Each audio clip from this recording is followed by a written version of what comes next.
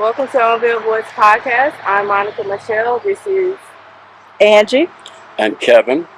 Alrighty. So today we're going to be talking about dating and mental health. So I'm going to start with you, Angie. What do you feel about mental health? I feel that mental health is very important, Mm-hmm. and I feel like it's the foundation to everything. Mm-hmm. I believe that if we take care of our mental health, we can be successful in everything we do. Everything starts in our mind. Idea, cell phones, anything that we see in this world, it started as an idea.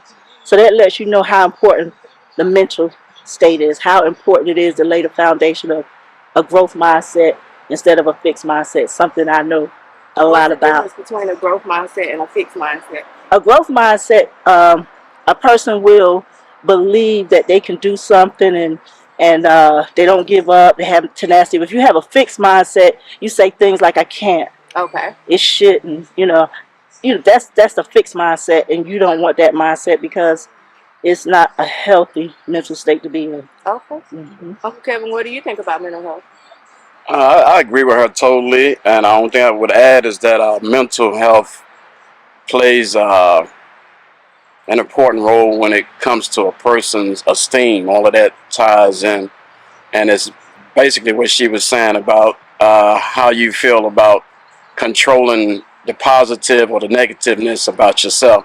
Granted, we got in a world where we're probably given that more than our expectations. A lot of times we try to move our expectations because of the pressures that society throw on us, and then that in turn affects our esteem because we start feeling negative if we can't please what society is calling for us to do. Okay. Um, do you guys feel like social media plays a role in mental health and how one may feel about themselves, especially, for younger people? Yes, I think social media is probably, and I'm not speaking from an expert point of view, but I've seen days without social media as opposed to days with social media. And I give a classic example about how social media, just how effective it is, where a person actually get down because they, for example, post a picture and I see them constantly looking at their phone throughout the day just to see how many people are going to respond to the post or the The photo likes they and may have things put like up. that. Yeah, and it really does affect them. And social media even has changed the dating perspective these days because you can literally sit in your house and enter or be sociable with somebody that's several states away, Yeah. and you can mask yourself, they can mask themselves, Yeah. so that's how you have classic cases of where you actually go meet a person that you may have been social chatting with, Yeah. so to speak, and then when you go to do an actual meeting with them, Yeah. they done, a lot of things are uncovered then. Mm-hmm. Yeah. Mm-hmm. So we're going to get into mental health and dating, but I just want to ask you guys, when you guys were younger, men and women, you had to go sit in the house with the parents, meet the parents. The man had to kind of prove themselves. What do you feel like, is a problem now with young people because of social media and because of how fast things move? What do you guys feel like has hurt us?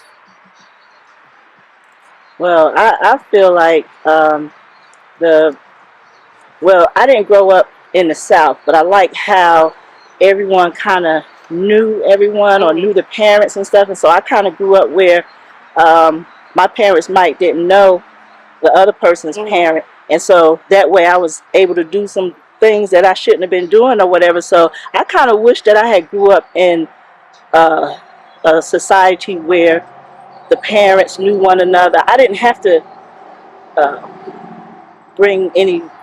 So do you feel like it's important when you're dating to meet someone's family? I do.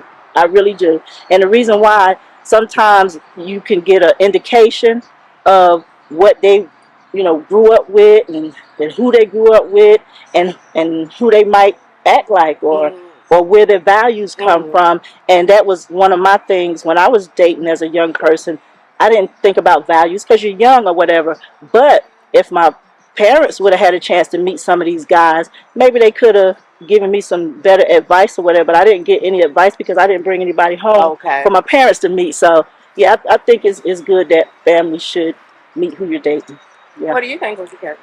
I think the whole dating thing has changed as well dramatically because it's when I was growing up, doing the dating thing, it was more or less like a understood process. It wasn't how much time you spent with a person as far as the amount of hours you sit with them one on one or something like that, but it was a process that was filled out, and then you could have pretty much some of your questions that you may have about the person that you're trying to date answered, and instead of these days, you could date somebody for 6 months per se, and you start finding out about them. Then it's too late because it's like it's in reverse, where you're starting the dating process, then you're starting to get to know them. Where before it used to be you start to get to know them first, and then you start dating.